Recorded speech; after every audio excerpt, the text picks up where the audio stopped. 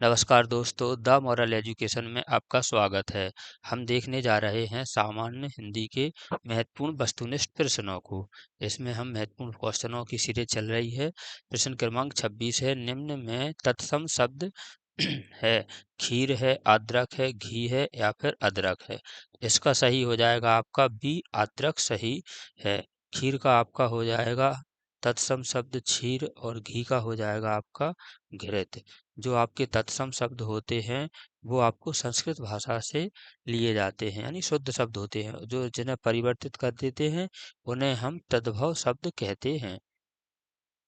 इसका बी सही आंसर अदरक। प्रश्न क्रमांक 27 है। निम्न में अनेकार्थी युग्म बताइए। अनेकार्थी युग्म बताना है इसमें। ये वाला है उल्टा सीधा, ठीक है ना। श्वेद, पसीना, हंस, बगला, नाग और बादल। इसका सही आंसर हो जाएगा डी वाला नाग, बादल। प्रश्न क्रमांक 28 देखते हैं। निम्नलिखित में परिणामवाचक विशेषण है। परिणामवाचक विशेषण कौन सा है? कुछ, बतख, 10 व्यक्ति, थोड़ा, रुपए या बहुत पानी। तो इसका आंसर हो जाएगा डी वाला बहुत पानी।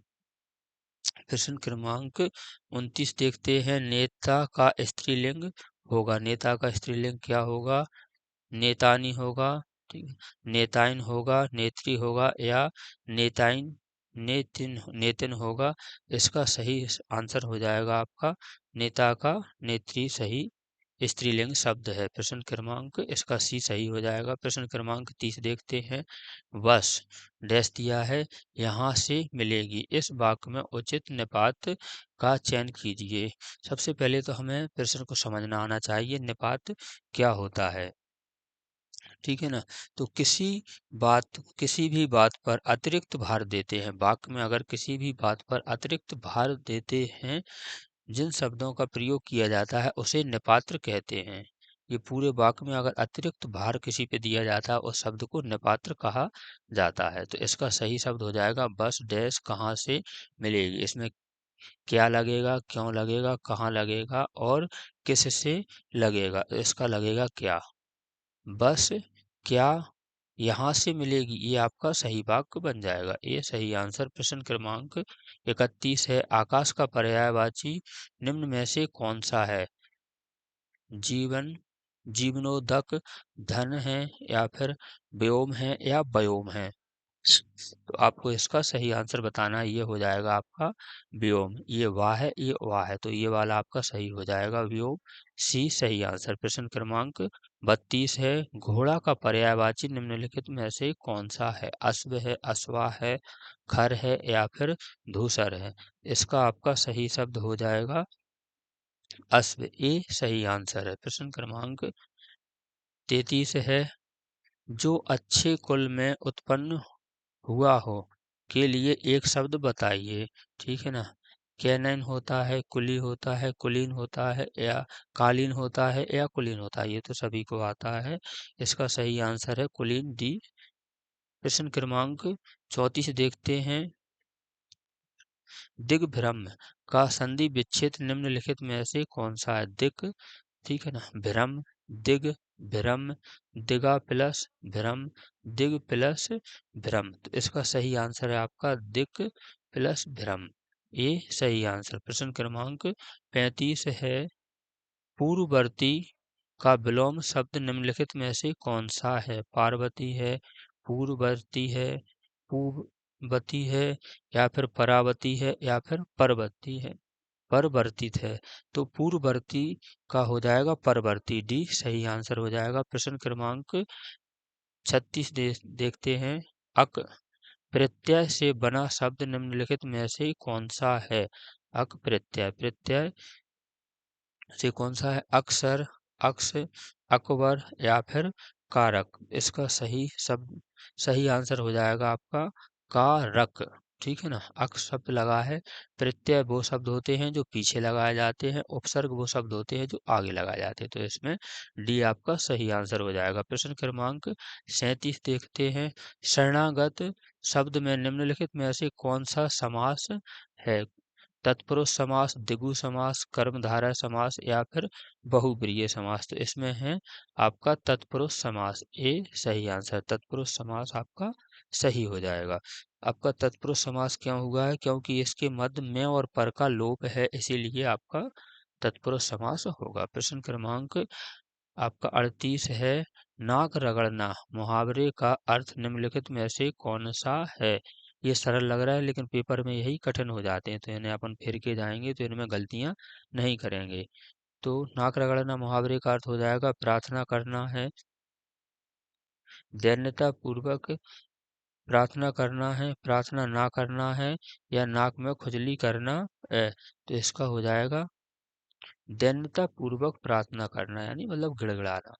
इसका भी सही आंसर। प्रश्न क्रमांक 39 है, हरस का शुद्ध रूप निम्नलिखित में से कौन सा है? हरस है, हर्ष है, ये हर्ष है या फिर हार्श है?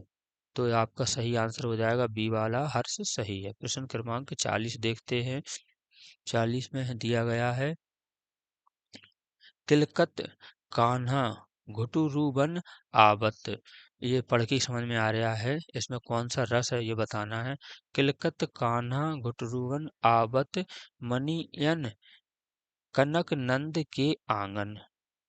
ठीक है ना? तो ये कान्हा जी की बात हो रही है जो नंद के आंगन में खेल रहे हैं, तो इसमें तो आपका वात्सल रस है, ये सही हो जाएगा आपका। प्रश्न क्रमांक 41 है, मेखलाकार पर्वत अपार अपने सहस्त्र दृग सुमन फाड़ अब लोक रहा है, बार बार नीचे जल में निज महाकार में। अलंकार कौन सा है? इसमें अपन अलंकार बताना है। अति संयुक्ति अलंकार है, मानवीकरण अलंकार है, संदेह अलंकार है, या फिर उत्प्रेक्षा अलंकार है। तो इसमें है मानवीकरण अलंकार। ठीक है, प्रकृति के लिए मानव रूप दिया है, तो बी सही आंसर। प्रश्न क्रमांक 42 है, कौन सा शब्द अभी उपसर्ग से बना है? अभी उपसर्ग से कौन सा शब्द बना है? ठीक है ना?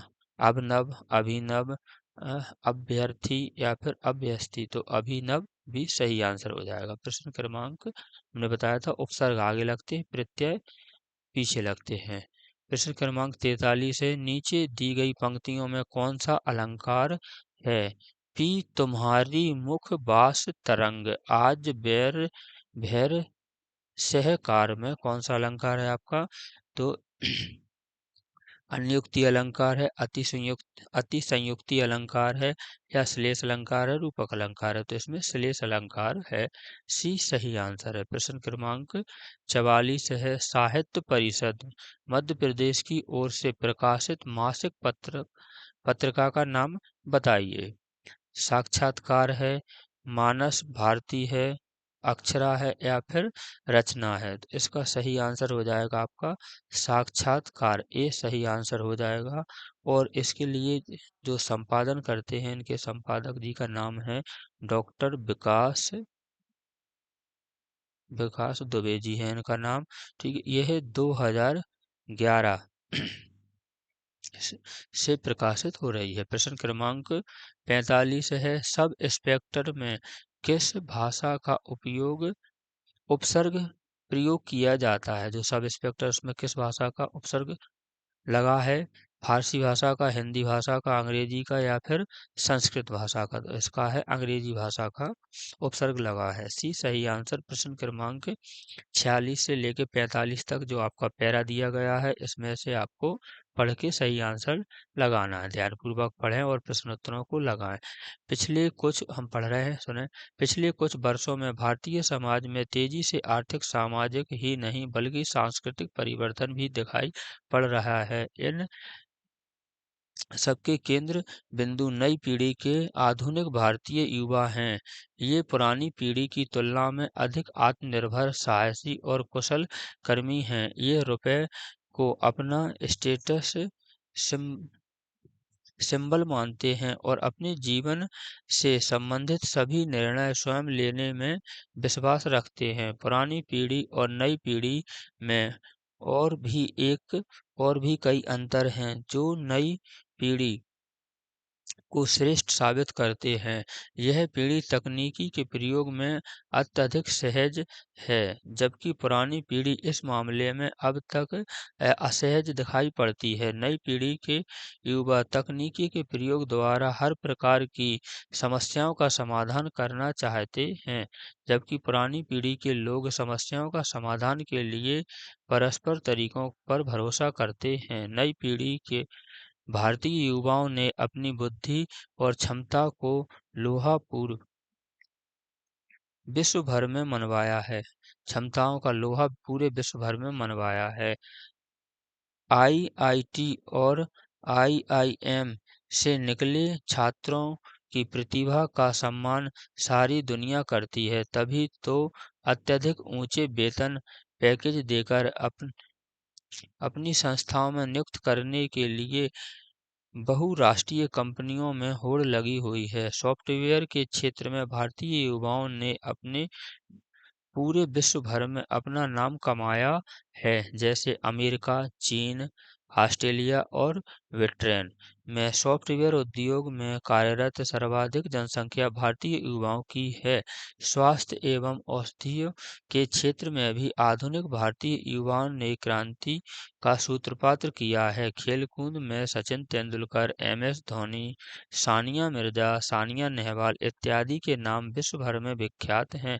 लारा दत्ता, जो भूतपूर्व मिस यूनिवर्सल रहीं, प्रियंका चोपड़ा, जो भूतपूर्व मिस वर्ल्ड रहीं, सुष्मिता सेन, यह भी पूर्व यूनिवर्स, ऐश्वर्या राय, यह भी पूर्व मिस वर्ल्ड रहीं, इत्यादि ने भारतीय सौंदर्य के साथ बुद्धि के संगम संगम को लोहा मनवाया है और पूरी दुनिया को मनवाया है। भारत में सॉरी राजनीति में अनेक नेता जैसे राहुल गांधी, ज्योतिरादित्य सिंधिया, सचिन पायलट आदि, जिंदल आदि नेता जो भारतीय युवाओं के प्रेरणा स्रोत हैं, इस समय युवा सांसद की संस्था के बार अपेक्षा अधिक कर रहे हैं। प्रश्न क्रमांक 46 देखते हैं।